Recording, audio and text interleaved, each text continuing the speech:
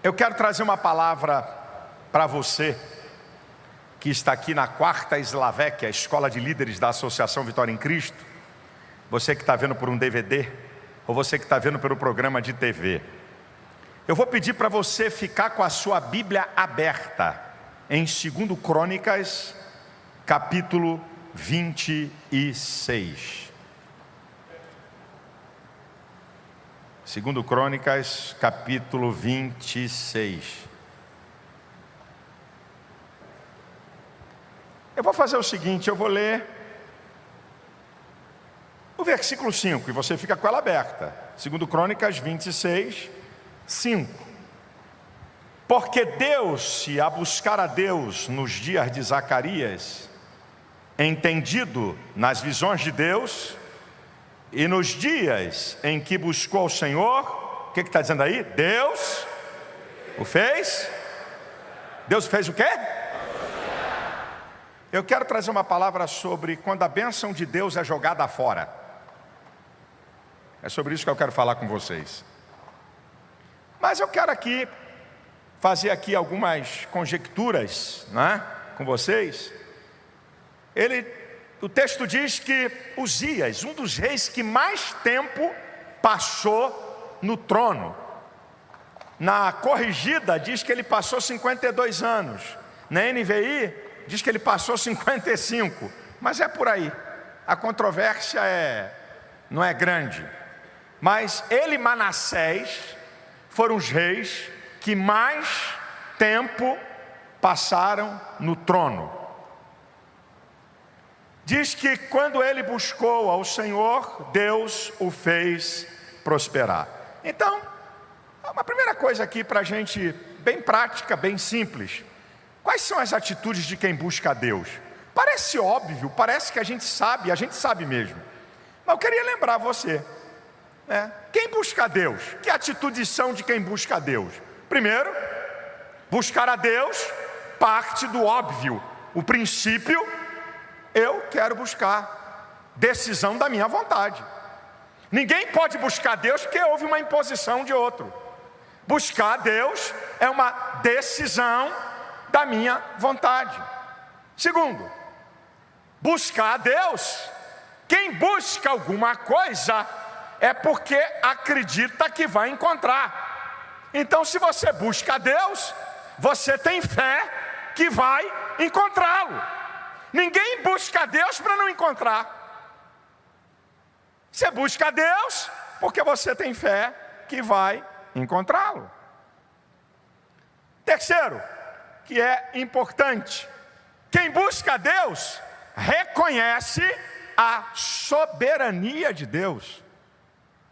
Reconhece que existe um ser superior, supremo, absoluto, acima de tudo e de todos. 4. Quem busca a Deus deseja fazer a vontade de Deus e não a sua vontade.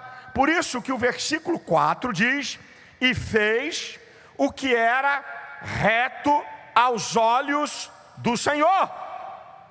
Ele estava submisso à vontade de Deus. Porque quem busca a Deus não é para Deus concordar com a tua vontade. Você não busca a Deus para Ele aprovar a tua vontade. Você busca a Deus para deixar a sua vontade e fazer a vontade de Deus.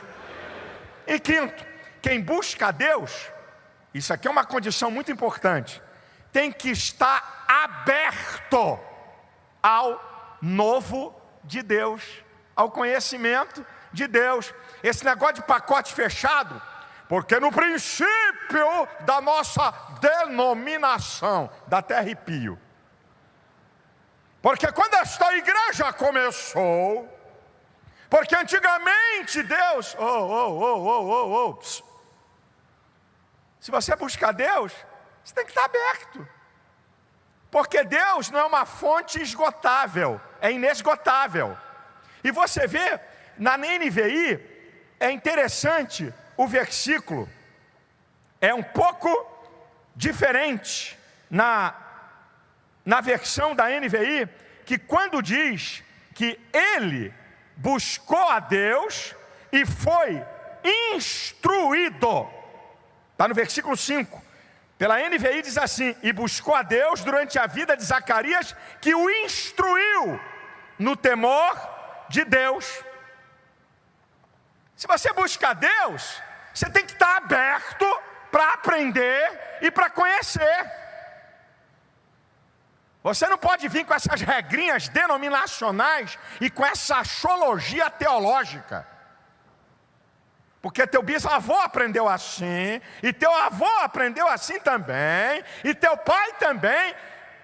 Desculpa a expressão, e a vaca atolada na família continua. É a mesma coisa. Você tem que estar aberto, você busca Deus. O que Deus tem para mim? O que Ele quer revelar para mim? Tem coisa que Deus não revelou ao teu trisavô, ao teu bisavô, ao teu avô, ao teu pai, mas Ele quer revelar a você, Ele quer manifestar a você, e Ele quer mostrar a você.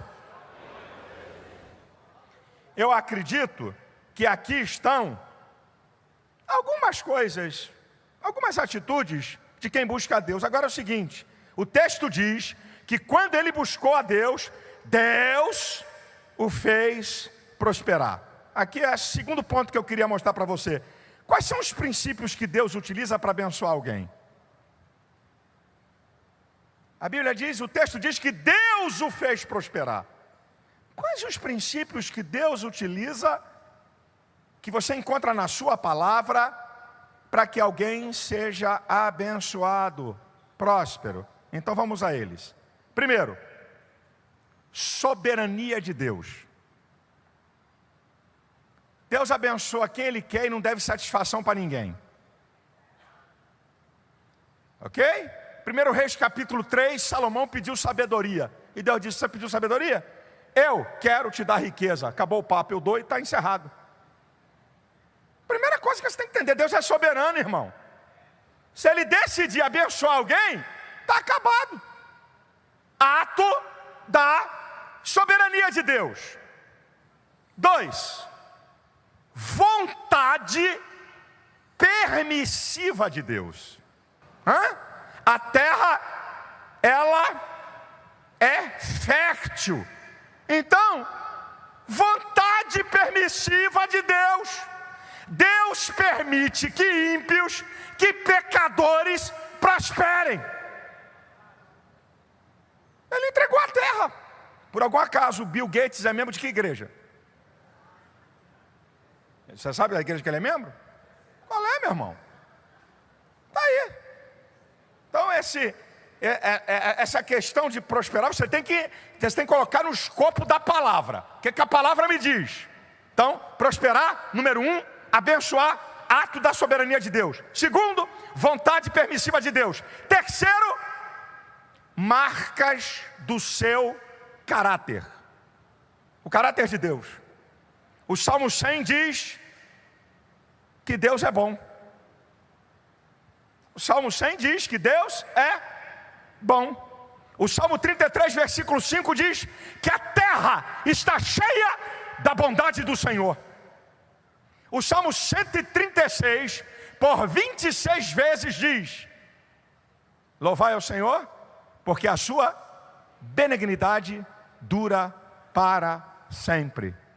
Porque Deus é bom. É uma marca do caráter de Deus. Porque Ele é bom, Ele abençoa.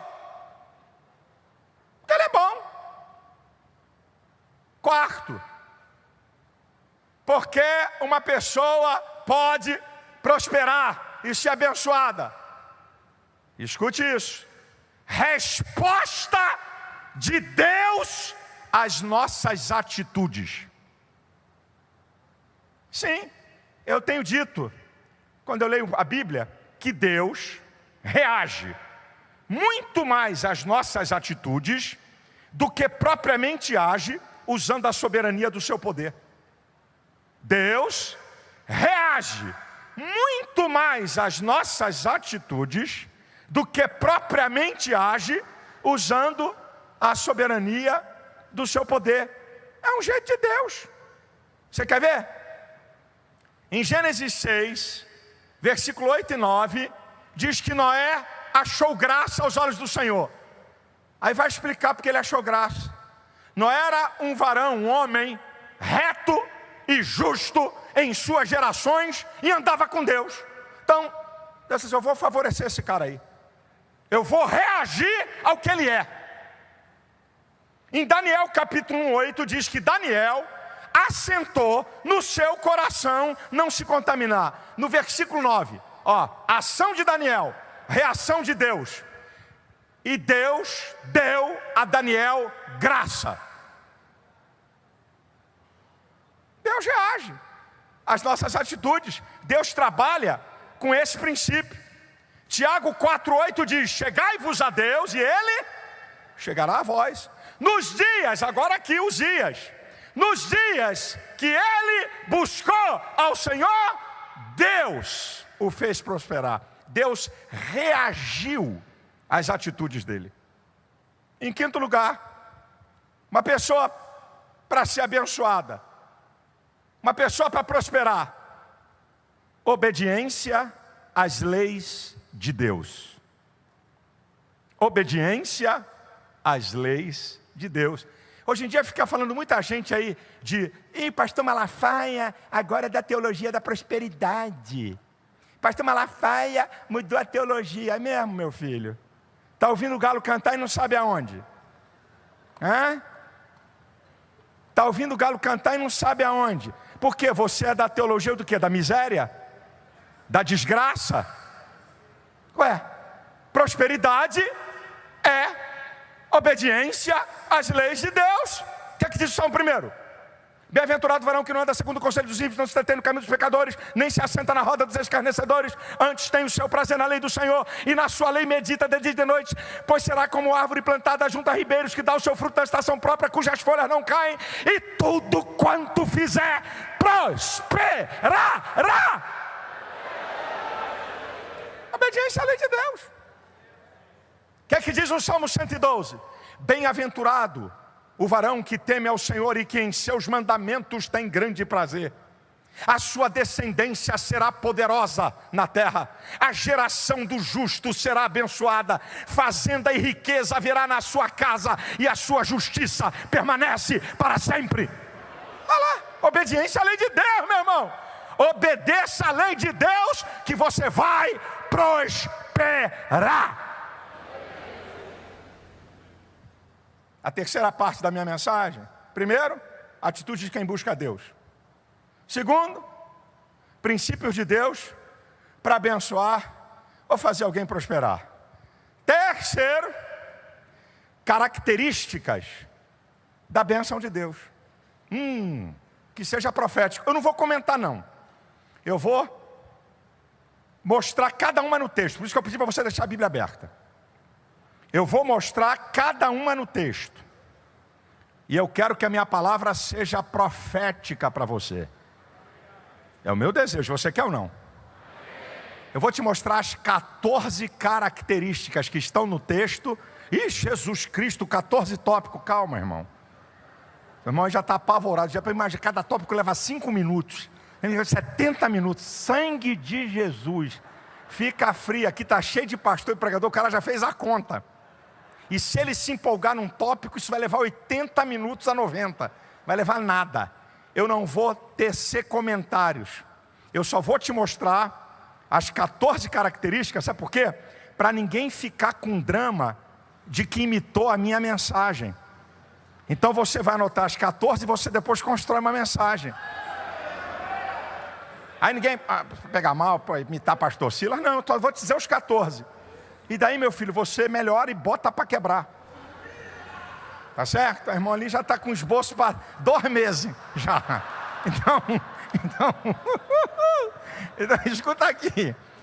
Eu vou te mostrar as 14 características na vida de Uzias que me mostram quando Deus quer abençoar uma pessoa.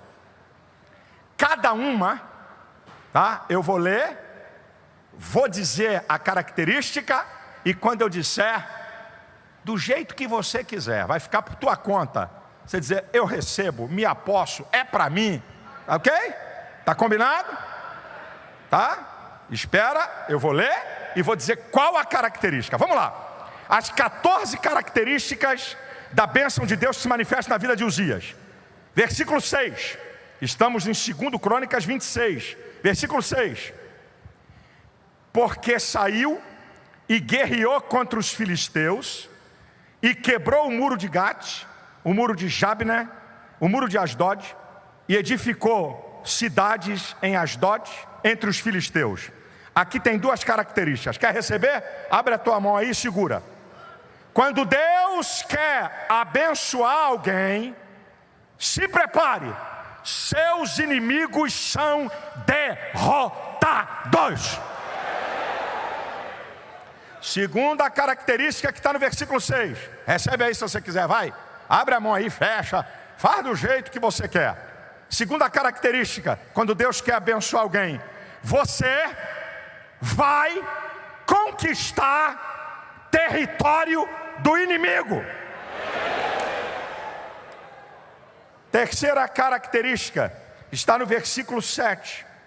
E Deus os ajudou contra os filisteus e contra os arábios que habitavam em Curbaal e contra os meunitas. Abre a mão aí, meu filho.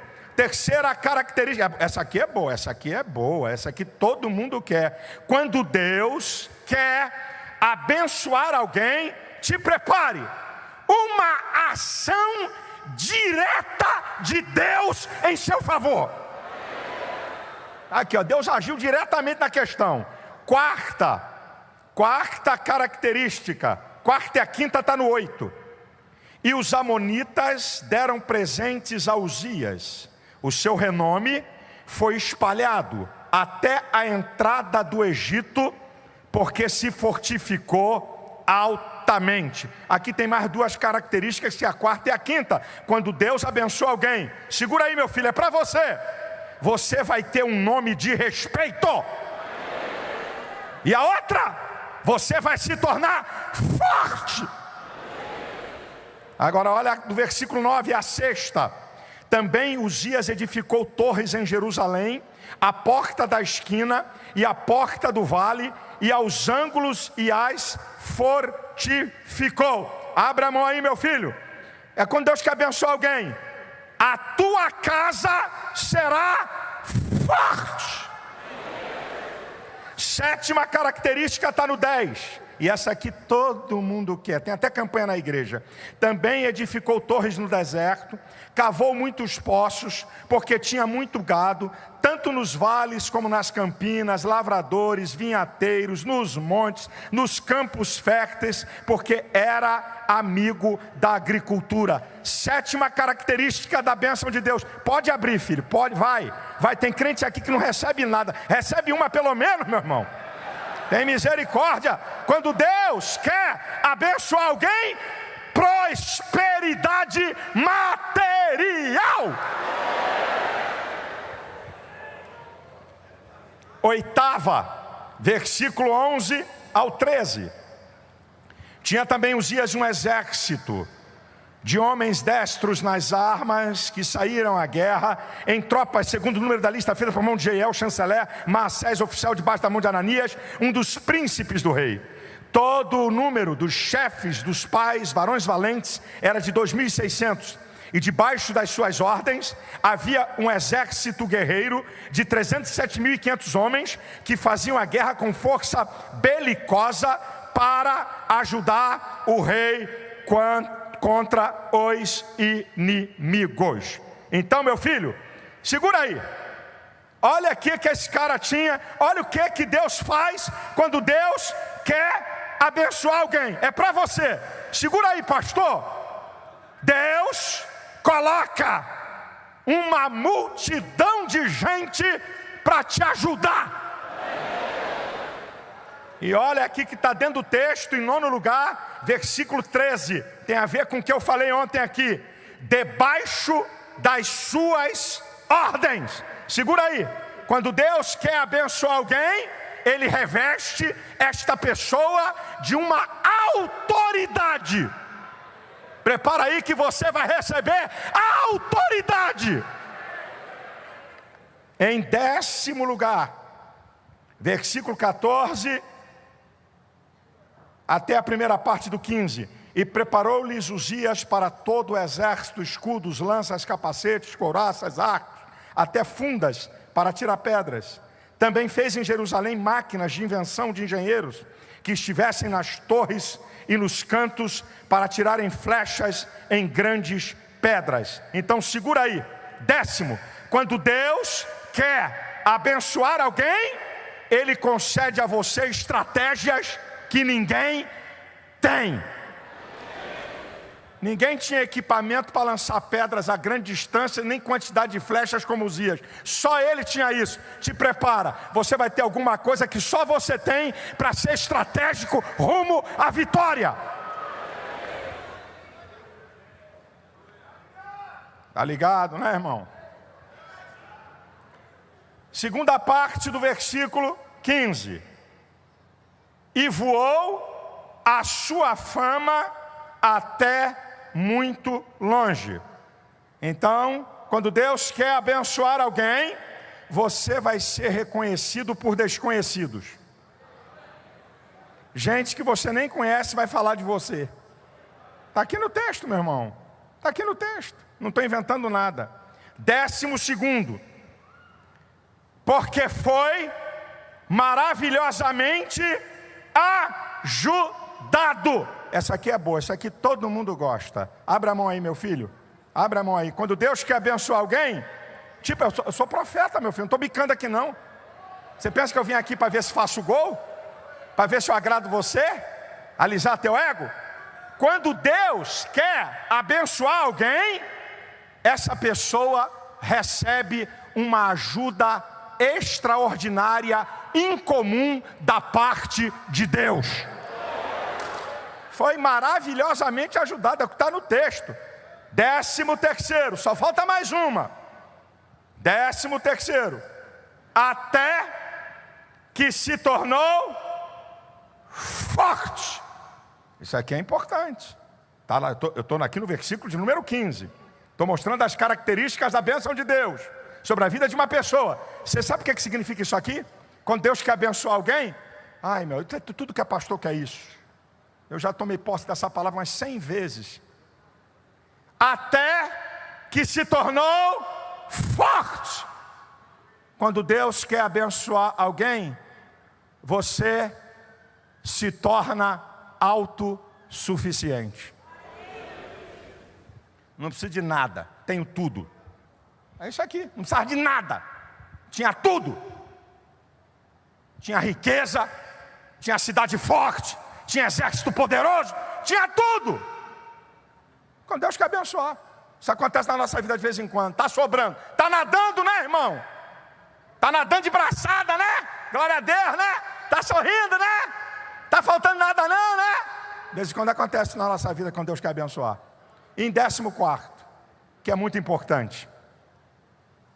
Aí eu volto para o texto inicial. Uzias foi rei entre 52 e 55 anos. Então abre a tua mão aí, porque tem muita gente enganada sobre a bênção de Deus. Se você quer receber, escuta isso aqui. A bênção de Deus é durável. Deus não vai te abençoar um dia só da tua vida não. Ei, Deus não vai abençoar uma semana da tua vida não. Olha, meu Deus, essa bênção eu tenho que aproveitar, que é 24 horas. É igual aquela história, Cinderela, não sei, do sapatinho, né? Não é isso? Tem até meia-noite, sei lá o quê. Ai meu Deus, é só 24 horas. Ei! O que Deus quer fazer na tua vida, no teu ministério, na tua família, no teu negócio é durável.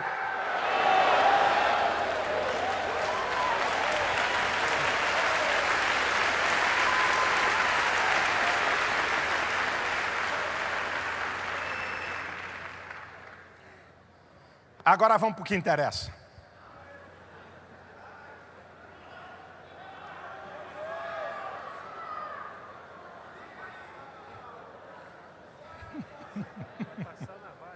Maravilha, pastor. Continua a profetizar, por favor. Oh, glória. Eu tomo posse, é para mim. Tem irmão aqui quase que... Ai! Hã?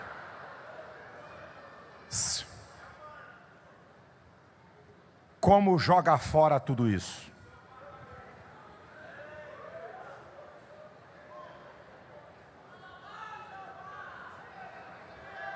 Você sabe o que eu tenho aprendido? Escute-me. Na verdade não é Deus que tira a bênção, é a gente que joga fora. Como jogar fora tudo isso? 14 características da bênção de Deus na vida desse cara.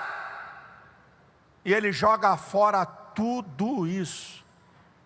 A receita é para eu e você não jogarmos fora a bênção de Deus. Porque é tão fácil, irmão.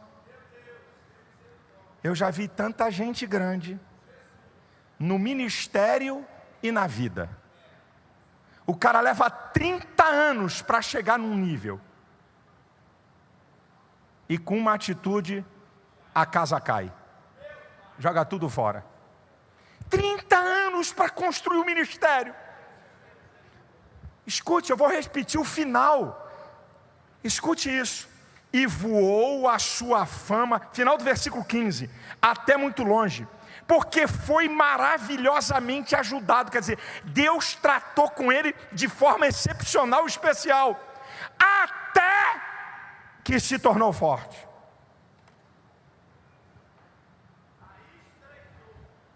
Rapaz, quanta gente chega na igreja, quebradinho igual arroz de terceira, humildezinho, ferradinho de marredeci, lascado nas comanaia. Tá certo? Humilde, aceita Jesus, quer carregar pastor no colo. Meu pastor, pastor queridinho, meu pastor, meu amor, pastor, meu amor, meu querido, meu pastor.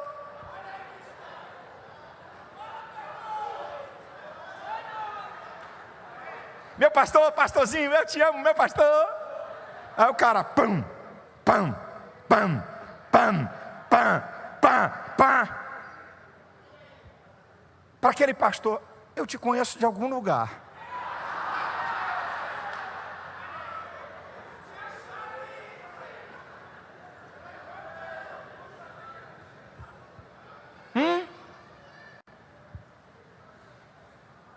Não era nada. João ninguém, amigo do seu coisa nenhuma. Aí o cara, o pastor, uma certa idade, 40 anos, 30 anos, aí vem o garotão novo, evangelista, cheio de fogo, cheio de poder, cheio de unção, conhecimento. O cara prega e a igreja treme. O cara prega e o fogo cai e arrebenta tudo, cai, desaba tudo. Esta igreja precisa de mim. Sem eu, o ministério desse servo está ferrado. Você sabe uma vez o que o Espírito Santo fez comigo? Uma vez eu estava pregando no culto nosso lá, da quinta-feira da Vitória. Eu já contei em outras mensagens, mas vou repetir. A repetição é pedagógica para o aprendizado. Eu estava pregando, a igreja hiperlotada. Meu pastor, ele só fazia a oração final. O pessoal que pregava lá na nossa igreja sabe. Ele vinha, sentava quietinho. E no final, de vez em quando nem a oração, só para dar a bênção. Rapaz, eu estava pregando, igreja lotada, gente pelo ladrão, fogo caindo, não sei se o céu desceu ou se a igreja subiu, o pau quebrando, o negócio movendo, tive que parar a mensagem, aquilo que todo pregador pentecostal quer, não disfarça não. Todo pregador pentecostal ele sonha, parei, meu Deus, o que é isso, meu Senhor, quanto poder, quanta glória.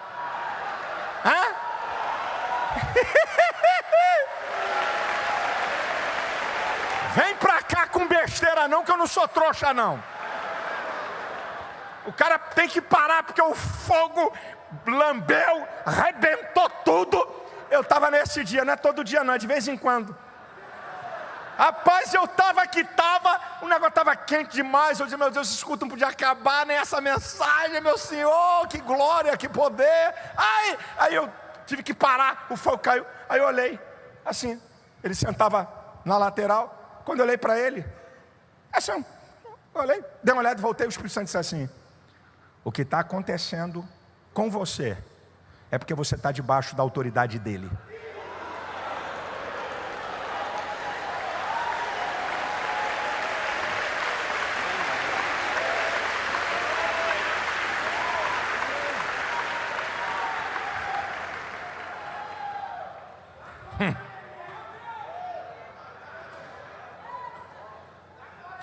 Chegou tão humilde na igreja, tão simples, levava a bolsa do serviço social.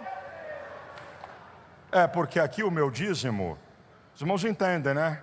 Deus tem me abençoado, aqui o meu dízimo é o maior. Pastor, o senhor entende? Eu estava mexendo ali com Elcio de Assis, que prega aqui nos congressos e participa lá da nossa igreja. Aí eu estava tirando uma onda com ele ali na sala, mexendo, que a igreja anterior que ele estava, ele ia para a reunião do presbitério, o maior dízimo da igreja, ele ia com um envelope de dízimo abanando assim para o pastor, mexendo com ele, tirando uma onda com ele, para tudo que ele quisesse o pastor fazia, porque ele dava o dízimo depois da reunião de obreiros.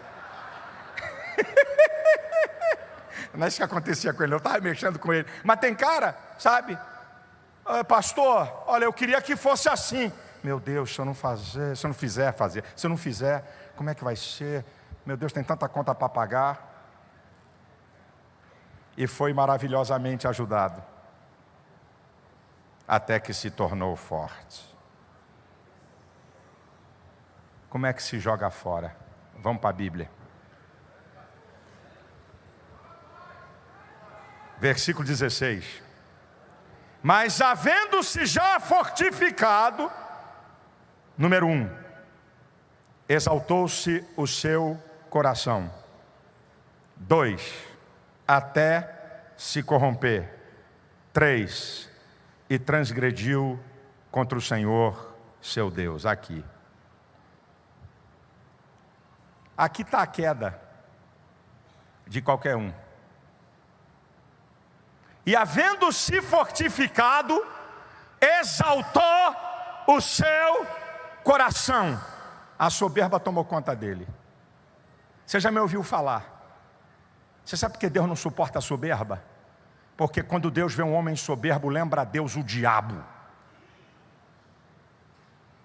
E não é uma coisa boa para você lembrar a Deus não, e eu te explico por quê. Satanás levou 1/3 dos anjos do céu. Vê alguém levar 1/3 do que é teu e tu lembrar do cara. Satanás levou 1/3. E o motivo foi a soberba, a deidade do homem, a autossuficiência. Provérbios 6,16 diz: 6 coisas aborrecem o Senhor. A primeira, olhos altivos, soberba.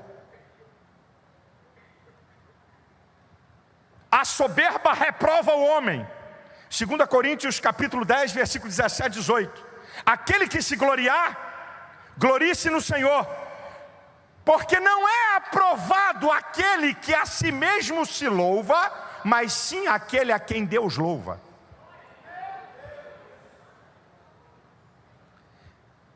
Tiago 4,6 diz que Deus se levanta em oposição, Ele se opõe, Ele enfrenta o soberbo. Resiste o soberbo, Ele enfrenta. Deus enfrenta o soberbo. Não é brincadeira não, meu filho. Esse negócio é terrível. A soberba é o último passo antes da queda e da ruína. Provérbios 16, 18. A soberba precede a ruína. A altivez de espírito precede a queda. O que vem antes da ruína e da queda, a soberba. Grandes ministérios, grandes pastores, homens que eu não, nem no dedo mindinho deles, desgraçados no ministério. Eles não caíram primeiro no pecado de adultério, não. Primeiro foi da soberba. Depois Deus entregou eles a isso. Você que está aqui, moço, aqui tem quase 1000 jovens.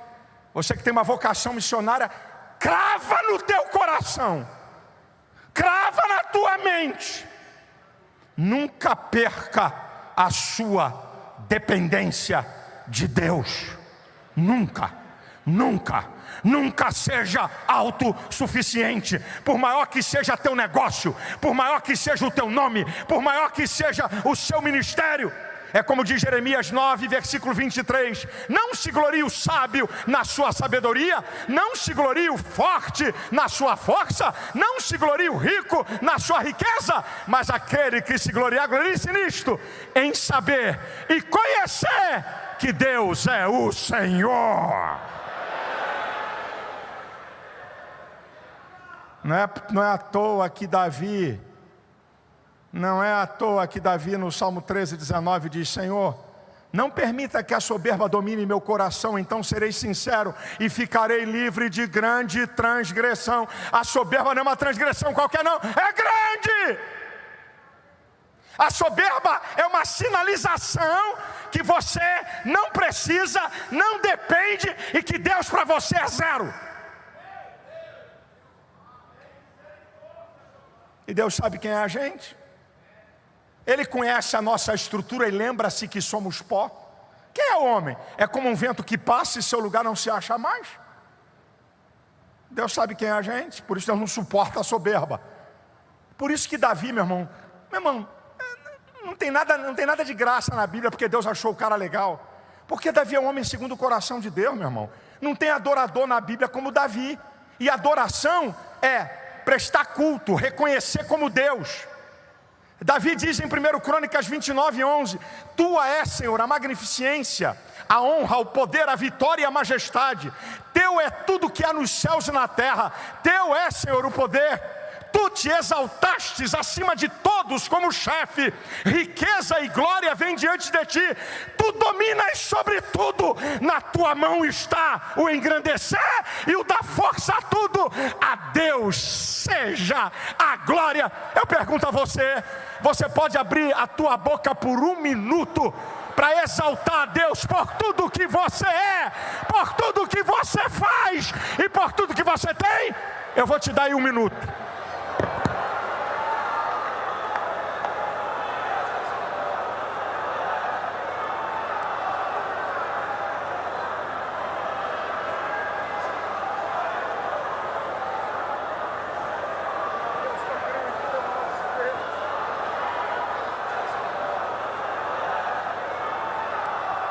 Oh, Tu és grande, Tu és tremendo, Tu és incomparável. O que somos, o que temos, o que fazemos é permissão de Deus, é permissão de Deus. A Ele a glória, a Ele a honra, a Ele o louvor. Tu és absoluto, Tu és dominador, só Tu és Deus.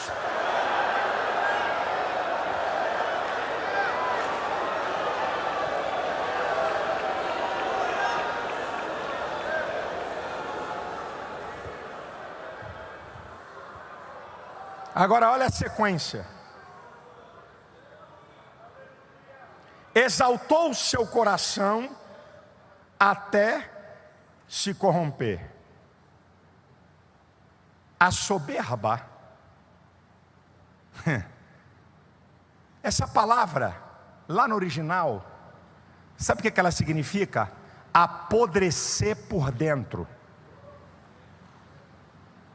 A soberba apodrece o caráter.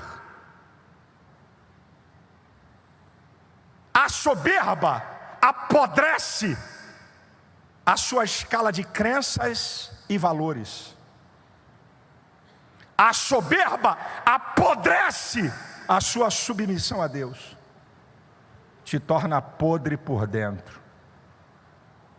Até a soberba, até se corromper, até apodrecer o caráter.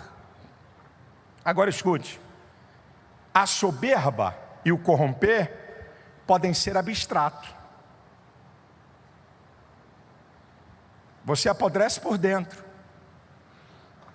Você pode estar altivo por dentro, mas não tem jeito, vai virar concreto. Deus não permite que a soberba fique no abstrato. Deus traz à luz, Deus traz à tona.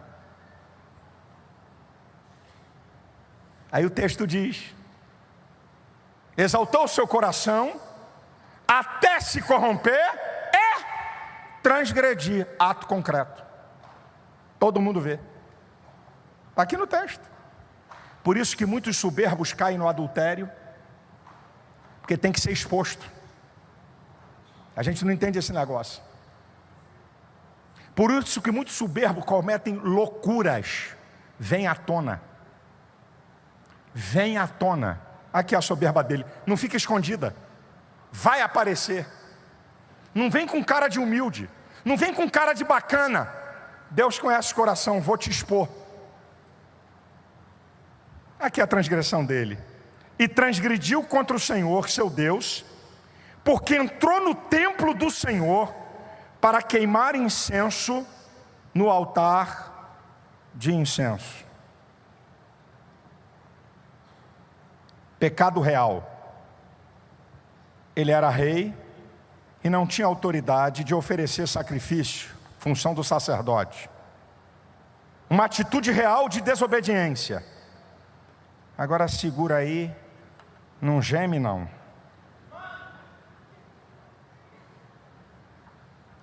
Você sabe o que é que eu tenho visto na igreja brasileira? Gente que tem a unção de rei, querendo fazer coisa da unção do sacerdote. E gente que tem a unção de sacerdote, querendo fazer a unção de rei. Especificamente eu vou às claras. Empresários, homens de negócio bem-sucedido, com todo respeito, pastor desmiolado, bota a mão na cabeça e consagra pastor. É a maior estupidez que eu já vi na igreja brasileira.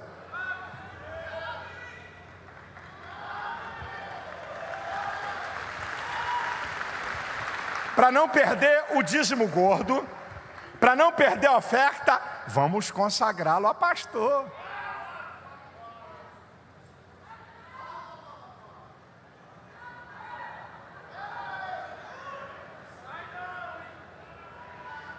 Mas eu tenho que dar um parênteses, porque senão você está falando aqui e todo pregador vai dar um enfoque na sua mensagem. O perigo do foco é você fazer com que o foco seja uma verdade absoluta. Tem aqui um dado que eu vou abrir. Pastor, o senhor quer dizer então que Deus não pode levantar um empresário para ser pastor? Pode, caso terrivelmente específico. Soberania de Deus. Agora eu não estou vendo como terrivelmente específico. Lamento. O que eu estou vendo é consagrar nego rico por causa da grana para segurar o cara na igreja. Tem um pastor no Egito. Ele é médico. Meu irmão, se você vê o que Deus está fazendo no Cairo, com esse cara, uma coisa de mundo de maluco. Ele é um médico poderoso e influente no Egito. Deus é soberano. Agora esse não é o lugar comum. E sabe o que eu estou vendo com quem tem unção de sacerdote na igreja brasileira? Quer ser político. Você sabe qual é a questão? O cara é pastor de igreja, presidente de denominação, candidato a deputado federal, candidato a senador. Eu disse para um cara desse no Brasil, líder de uma denominação grande, candidato a deputado federal, veio falar comigo. Malafaia, você sabe que Deus levanta homens, baragubago, brigudigo, dago, me levantou, barababá, biribobô, borobobô. Aí eu estou quieto, porque eu aprendi com a minha escola, que quando uma pessoa vem me informar uma coisa, eu fico calado.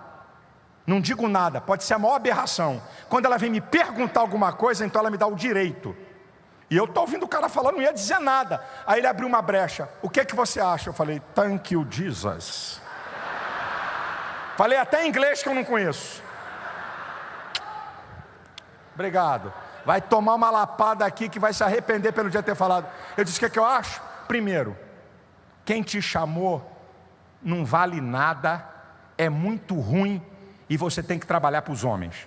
Foi a introdução do mistério. Porque é verdade, quem te chamou está te tratando muito mal, Quem te chamou está numa instância menor, você tem que ir mesmo para uma instância maior. Segundo, você como deputado, você pertence a um partido político. Partido político é partes da sociedade. Eu não sou de partes, eu sou do todo. Deus não vocaciona a gente para ser política no nosso meio? Claro que tem que ter, tem em tudo que é lugar. Na diplomacia, na ciência, nas artes, na política, no judiciário, no executivo. Claro! Eu estou falando de um pastor que tem ministério, que está à frente de igreja, de rebanho ou de instituições, de denominações. O cara deixa isso. Ele quer deixar a unção de sacerdote para a unção de rei. Você sabe o que eu tenho dito? Eu quero exercer influência. Você lembra do profeta Eliseu, quando ele falou com a sunamita? Tem alguma coisa que eu posso falar ao rei a teu favor? Tem alguma coisa que eu posso falar ao chefe do exército? Ele era um homem de influência.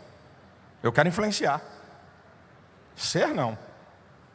Bota numa camisa de força e me interna. Já falei para minha esposa, ela está autorizada.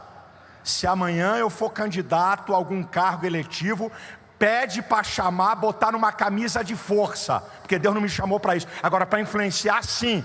Me chamou para ir lá na cara dele, lá no Congresso, e largar o aço, para ir na imprensa e botar para quebrar, para enfrentar ativista gay, lutar contra aborto.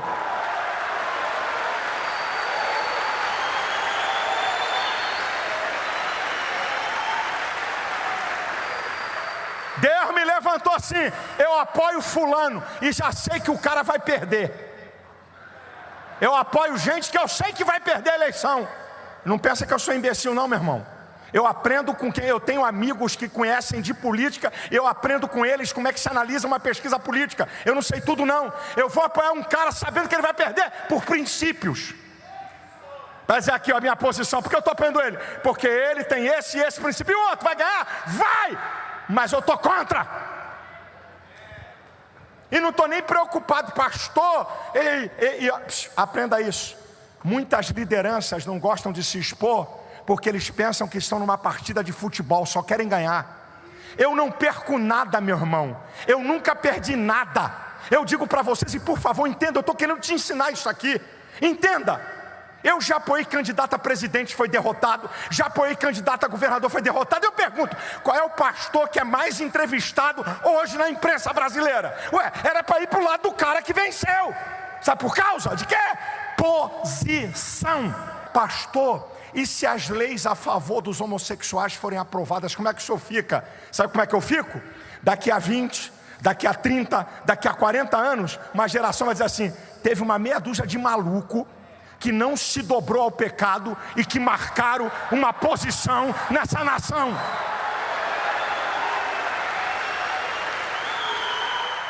Ei, eu não estou em partida de futebol não, meu irmão. Se eu vou ganhar e perder, eu não estou aqui para isso não, para ver se eu sou popstar, para ver se eu acerto. Eu fico rindo de alguém que me critica, e aí Malafaia perdeu. Eu digo, não entenderam nada.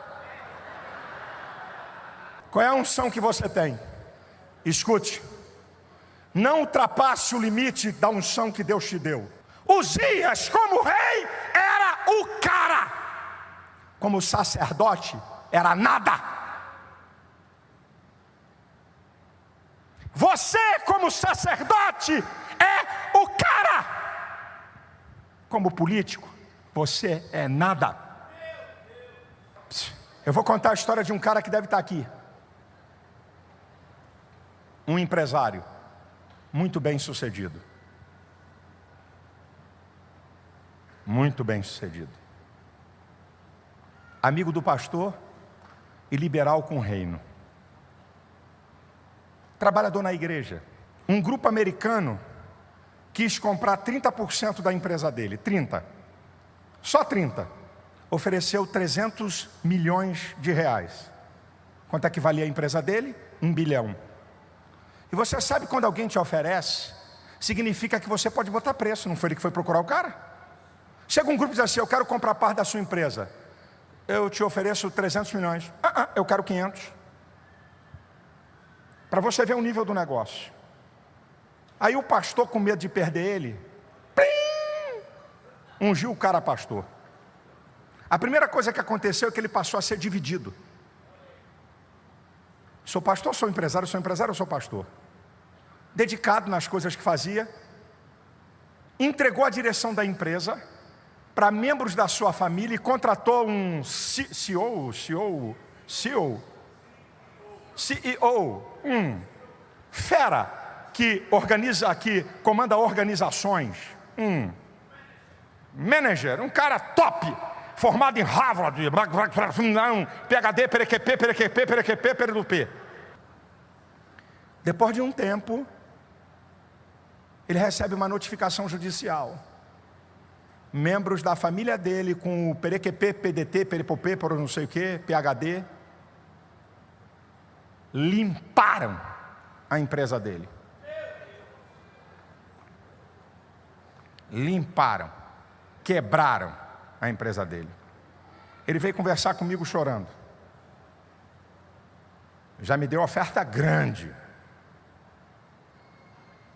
Ele veio conversar comigo chorando. E eu não sabia o que se tratava.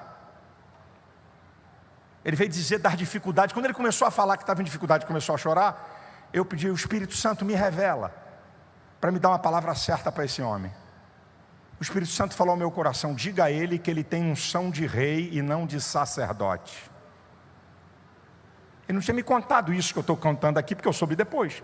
Eu disse: Deus manda dizer para você que Deus te deu uma unção de rei e não de sacerdote. Deus levantou rei para sustentar o sacerdote. Aí ele veio me contar isso. Aí eu disse para ele: devolva a tua credencial de pastor, volte para a tua empresa e vai cuidar do teu negócio. Ele voltou, entregou a credencial de pastor, e ele está no final da recuperação financeira da empresa dele.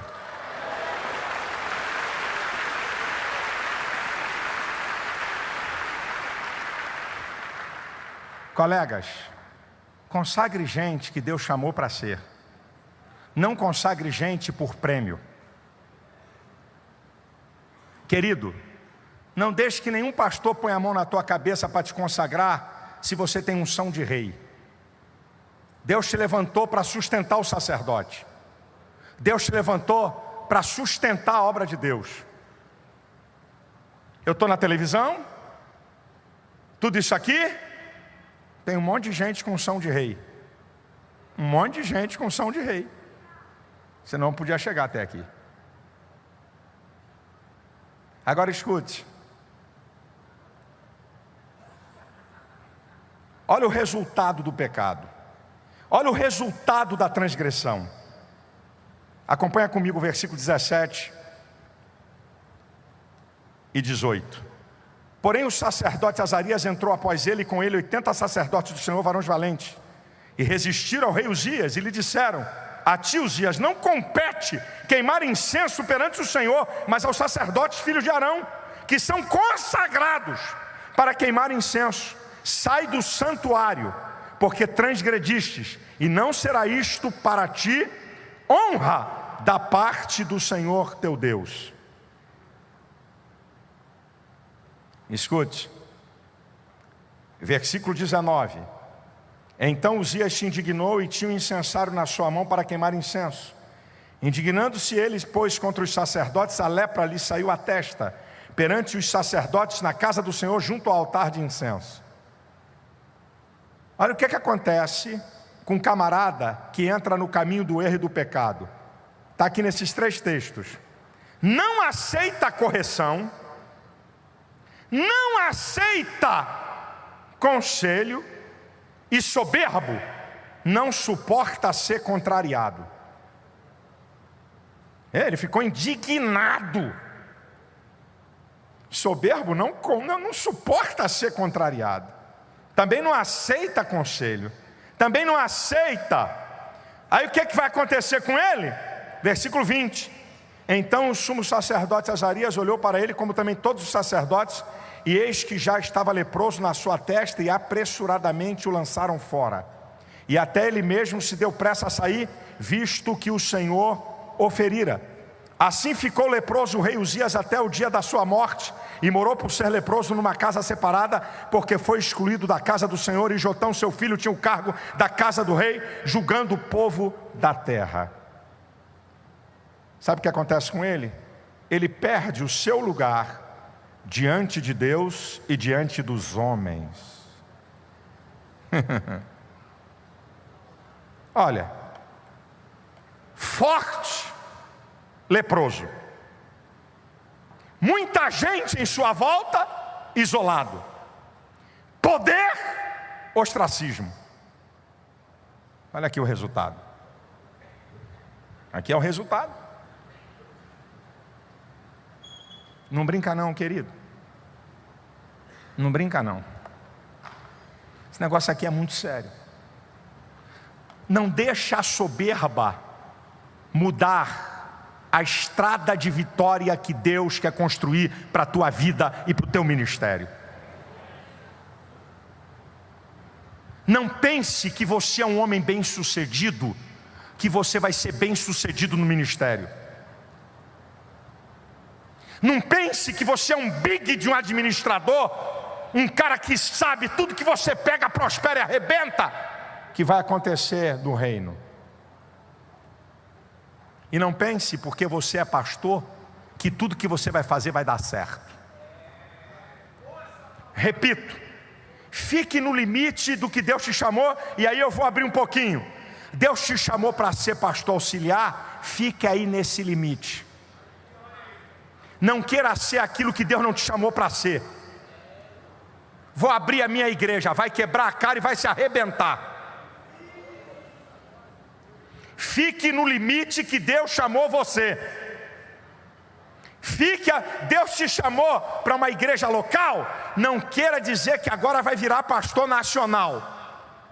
Fique onde Deus te colocou, porque o melhor lugar para estarmos é no centro da vontade de Deus. Considere isso aqui, eu vou encerrar. Considere sobre a questão da bênção de Deus. Primeiro, a bênção de Deus vem na medida da capacidade de cada um. Mateus 25:15, na parábola dos talentos, ele deu os talentos conforme a capacidade de cada um. Mas pastor, então por que Uzias pecou? Por que então mas Deus dá no limite a capacidade de cada um? Sim, Uzias tinha a capacidade para receber tudo aquilo, tanto é que se tornou um rei poderoso. O problema foi ele, é ele que se exaltou. O problema não foi a capacidade dele, o problema foi a transgressão dele. Mas Deus deu a Uzias aquilo que ele tinha capacidade para executar e ser. Não transfira para Deus aquilo que você é responsável. 2, não menospreze a bênção de Deus sobre a sua vida, por menor que lhe pareça. Zacarias 4:10 diz que nós não devemos desprezar o dia das coisas pequenas. Ei, é isso pequenininho, é esse negócio pequenininho, é esse ministério pequenininho que tem a mão de Deus para levar você a lugares altos. 3, não tenha inveja da bênção dos outros.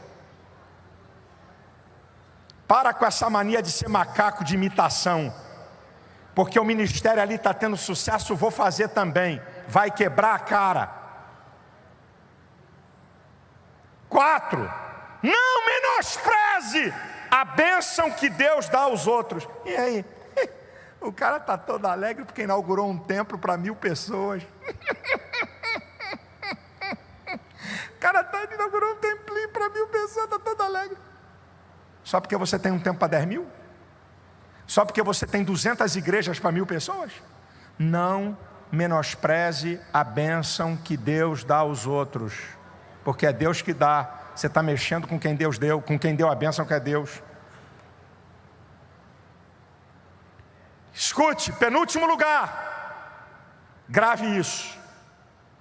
Pastores, homens de negócios, jovens vocacionados, gente que está me assistindo, o importante não é começar bem, o importante é saber terminar melhor.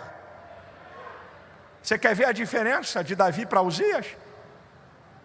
Uzias começou muito bem, terminou muito mal. Davi começou muito mal. Pastor de ovelha pobre, de família pobre, o último da família. Como é que termina Davi? 1 Crônicas 29 e 28. E morreu Davi de uma boa velhice, cheio de dias, riqueza e glória, e viu a sucessão do seu trono. Eu conheço ministérios que começaram muito bem e hoje estão falidos. Igrejas falidas. Foram grandes. O que aconteceu? Deus desamparou? Deus não gostou mais? Não tem nada a ver com Deus, tem a ver com as atitudes. Ei, você não vai impressionar pelo que você vai começar. Você vai impressionar pelo que você vai concluir. Começar tem uma certa facilidade. Concluir significa energia, tempo, determinação, inteligência, sabedoria, aproveitar oportunidades, fidelidade. Aí, meu filho, aí o negócio é mais embaixo. De certa forma, começar é fácil. Concluir é que é a questão. Você não vai impressionar porque começou um culto fantástico. Você não vai impressionar porque começou uma igreja maravilhosa, porque começou um ministério, porque começou um negócio. Ei! Você impressiona pelo que você conclui. Veja o que é que você está construindo na tua vida, seja no ministério, seja no negócio, para não terminar mal. E eu termino dizendo uma coisa, que está em Provérbios 10, 22. A bênção do Senhor é que enriquece e não acrescenta dores.